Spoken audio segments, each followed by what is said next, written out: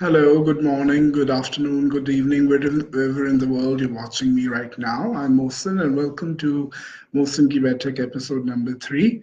Today we'll be talking about a very important word, ikhlaq or akhlaq. I used to call it ikhlaq, but I just figured out that was the wrong pronunciation. So we'll stick with the correct pronunciation, that's akhlaq. Now, thank you for the amazing response so far in sending in your questions. I have replied to most of the queries and will do so for the coming ones in the next week. You can send in your questions about these chapters or self-help in general to mohsin at gbox.org. Uh, so why did I choose the word ikhlaq or akhlaq? It's a very important word in our lives for at least uh, I for once have heard it so many times, and I think a lot of brown kids would hear it constantly when they be compared to other kids around them by their parents, and or you might be hearing it for the first time because you might not know this what language this word belongs to and what does it entail. Or you might have teachers telling you to behave in a certain way or act in a certain way or have a good character. So Akhlaq sort of engulfs all of these different forms of virtue, morality, or manners. And but we're going to start with understanding what does the word really mean and where does it originate from. So akhlaq, as I said, is this amalgamation or an umbrella term, which is a practice, basically, practice of virtue, morality, good character, good manners, and it originates from Arabic language and is a plural word of the word khal. It basically, the literal meaning is disposition, acting in a certain way, you know, in a very innate nature of a person's uh, ability to do something. Very nature, it's when you say this is in the nature of someone. So those sort of qualities or attributes in a person, they sort of merge together and form this broader uh, aura about a person that we define as akhlaq. Now, the word itself comes from Islamic theology, so you really have to go to see what the Islamic scriptures say about the term. Uh, Now, there have been references in the Quran, which is the holy book for Muslims, and Ahadith, which are the sayings by the Prophet, Holy Prophet Muhammad, peace be upon him, which sort of bring this notion again and again that how important is good character, good nature, your morals, your manners, which sort of make you better than others in a way. So in Quran, ethics have particularly focused on dignity of human behavior, of human beings. So authentic development, really. I was at this conference with World Youth Foundation in Brussels I guess 2 years ago, and they kept on bringing this word, authentic development. And I was able to join the dots and try to understand how would authentic leadership or authentic development be applied in an individual's lifestyle or life. So your human dignity is the key component of authentic development. So focusing on dignity of a person's, this feeling of that you're just, you care for others, you have this sense of compassion in yourself, and you also feel accountable, not just yourself, but to others, and of course, according to Quran, to the God. And then you have this feeling of stewardship towards the society, community, and not just the community, but also the environment, an obligation to your values, value systems, and culture. So, sort of this engulfs, in a way, a whole world around us of the way we should be acting or the way we should be dealing with things around. Now, why do I personally connect with this topic? Of course, firstly, it's very important to understand that we all have an innate behavior or a character, and we, in a way, are all trying to improve it, right? So, what are the ways through which we could really first understand what a character is built up of, and then sort of work on those building blocks individually so that we can become better humans. Um, about 5 to 6 years ago, the first time I really got an understanding of the concept was when I went on to teach a few underprivileged or less privileged students with a local NGO in Pakistan. And it was a mentorship program, so we had to follow a set curriculum. There was a very interesting chapter in the curriculum about the relationship of character and destiny. And this was something which we were asked to teach to young adults and adolescents in that school. And at first, I really struggled with the concept, like how can I really describe this to 10 grade 10 student or grade 9 student. But then when I try to fit it in my own story or understand it in our normal lifestyle, it did make sense. So basically that lesson was about a cyclic process of destiny where one starts with the intention. So there is this word niyat, which is your intention. Then comes the next step of it. Your intention leads to action. Action is amal or harkat, you're doing something. Now that action then leads to a trait in your character. Character is your kirdar, okay? And then character ultimately builds up your destiny or taqdeer. So sort of a very interesting theory here, which says that your actions ultimately, in a way, define not just you, but the path you are set to achieve. So this was a very interesting concept back in 2013 or 14. I got hands-on, and I've since then I've pledged it really, and I'm trying to implement it in my daily life. So if you're going to take away one point from today's session, that could be the cyclic process of in which we, in a way, can define our own successes and failures through our intentions leading to actions, actions leading to your character, and then character ultimately leading to destiny. Right.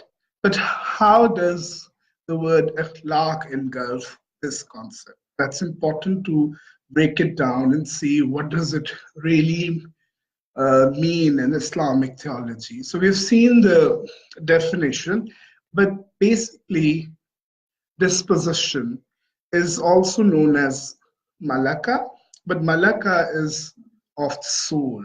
So basically, ikhlaq is, you can say, personality or the character of the soul.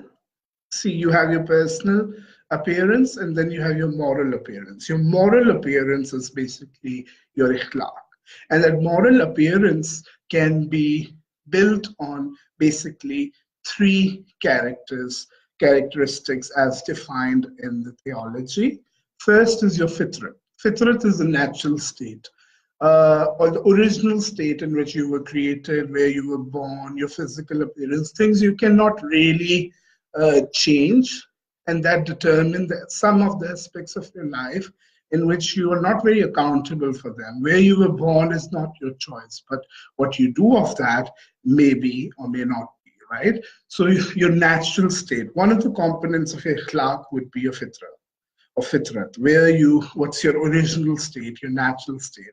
The very concept which I just mentioned in the story previously is habit, your adat, which is formed by continued repetition of certain acts. For example, if I have a habit of drinking tea every morning, it ultimately becomes part of my not just physical characteristics, but maybe moral characteristics as well. Like I like to sit in the morning, read newspaper, drink tea, blah, blah, blah. So you've seen two basic characteristics of ikhlaq. One is your original state where you can't do much, but then habit or adat is where you can actually do a lot. And then finally, adat leads to this building of practice and conscious effort where you can eventually produce a disposition. This is a very interesting concept. So, where, so your fitrat or your natural state produces certain dispositions, but you can surpass those through your free will and effort, and you could develop dispositions that may not have existed before. For example, you might not have a lot of control on your intelligence or mental agility, but you have a lot of control on the way you deal with people, the way you deal with situations, the way you feel compassionate about others. So these are some sort of dispositions or areas of your moral appearance which you could really work on, right? So what is the ultimate purpose here? Why you should be doing this, or why there is this concept of working on your mental persona or Oclock anyways? Basically, I guess we're all moving towards this uh, Maslow's hierarchy of self-actualizations, where you're actually focusing on becoming a better person or a better self. Now, I always say, people say uh, you should be showing yourself, or you should be the old version of yourself. I always say, be the better person, be the better version of yourself, okay? Because we all have all sorts of moral personas. So this is an eternal struggle, trying to reach that happiness, or trying to reach the self-actualization where you feel at peace and you're not morally corrupted, as it would say.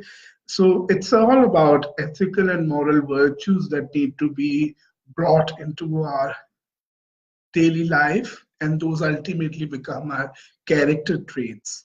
Now, this concept of purifying yourself or soul, now this might sound very philosophical or mythical, but it's very practical.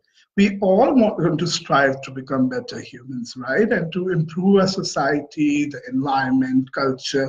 We have to work towards rebuilding that social fabric or individual uh, self, right? So there's this concept of tazkiya nafs, where you sort of critically analyze your nafs, which is, as I said, is soul. So you just have to basically do an audit of your soul. It's uh, it's gonna what it's gonna do is it's gonna help you identify things which probably make you happy, with things which do not make you happy, things which will bring uprightness in you, and you will reach this what the Quran calls ihsan, where is ihsan, which means perfection, this level of perfection that you will be able to reach.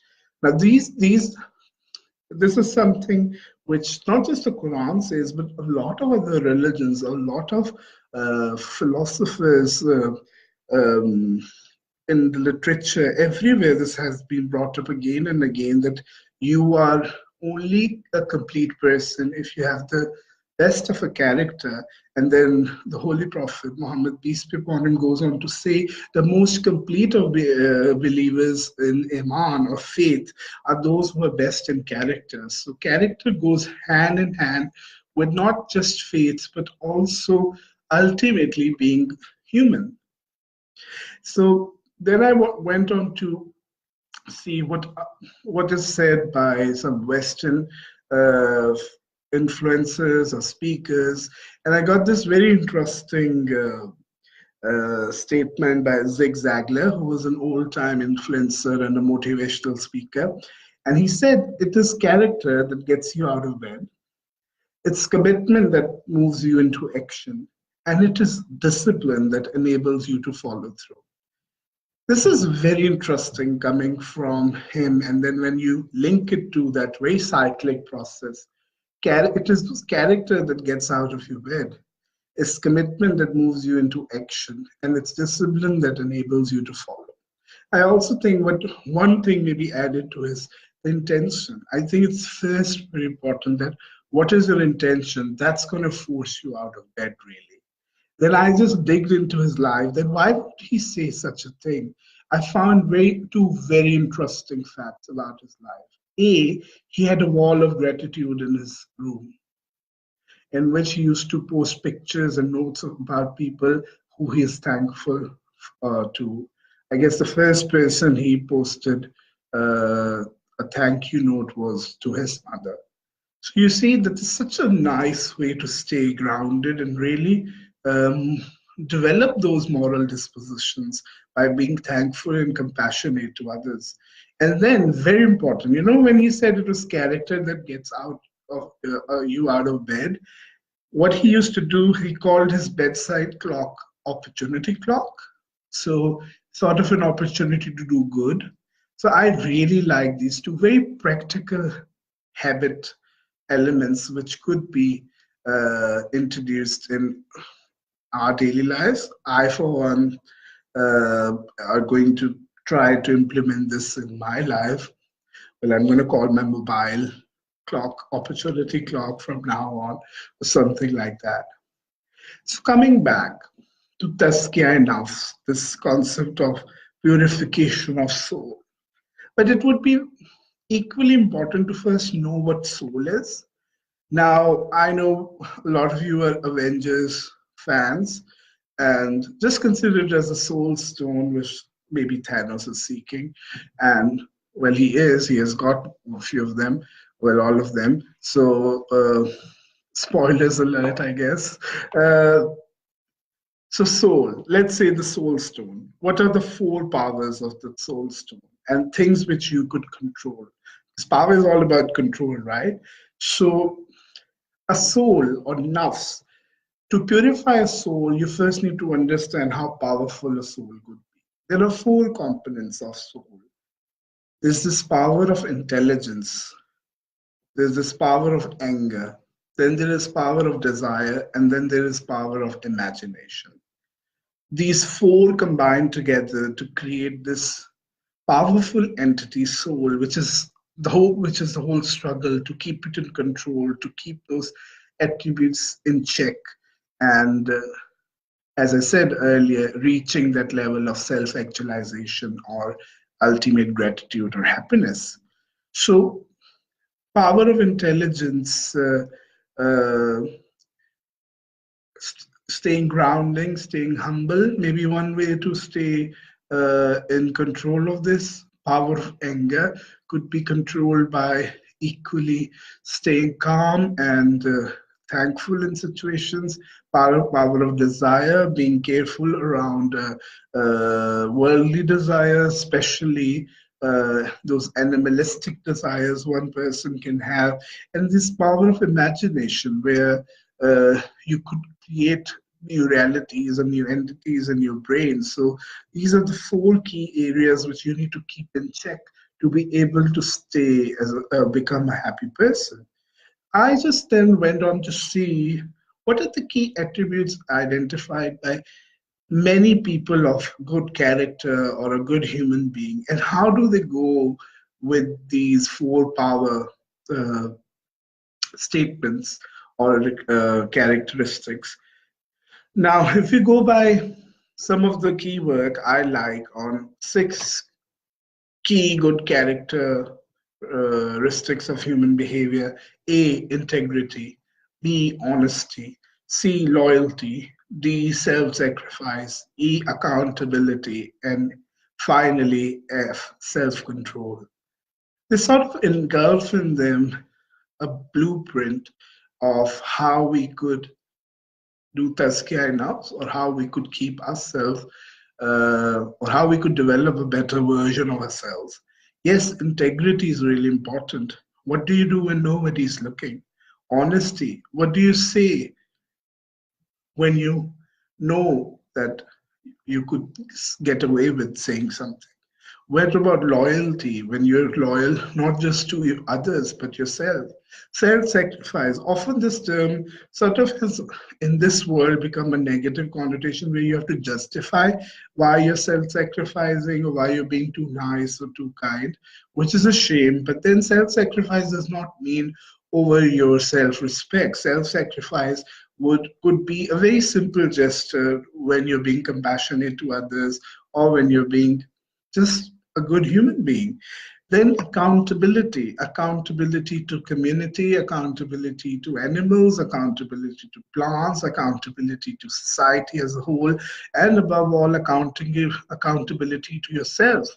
And that is definitely coupled with this concept of self control, where you are able to control those four powers of imagination, desire, anger, and of course, intelligence, which at first does not seem like a very negative word, but power comes with its repercussions and which need to be controlled in one way or the other.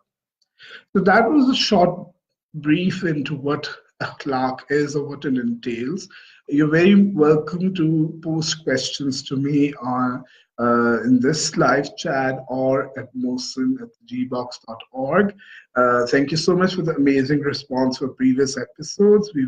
About 25,000 people saw the last episodes over the few days. So I'm really thankful and hoping that you will be able to continue with me on this journey. Thank you so much for watching today's episode, and I look forward to listening to you or reading your feedback and answering few questions you might have around the concept of a clerk or next topics to come. What's the next topic? Well, as I say always, let's keep it a secret. I'll inform you about it in a few days to come. Thank you and goodbye.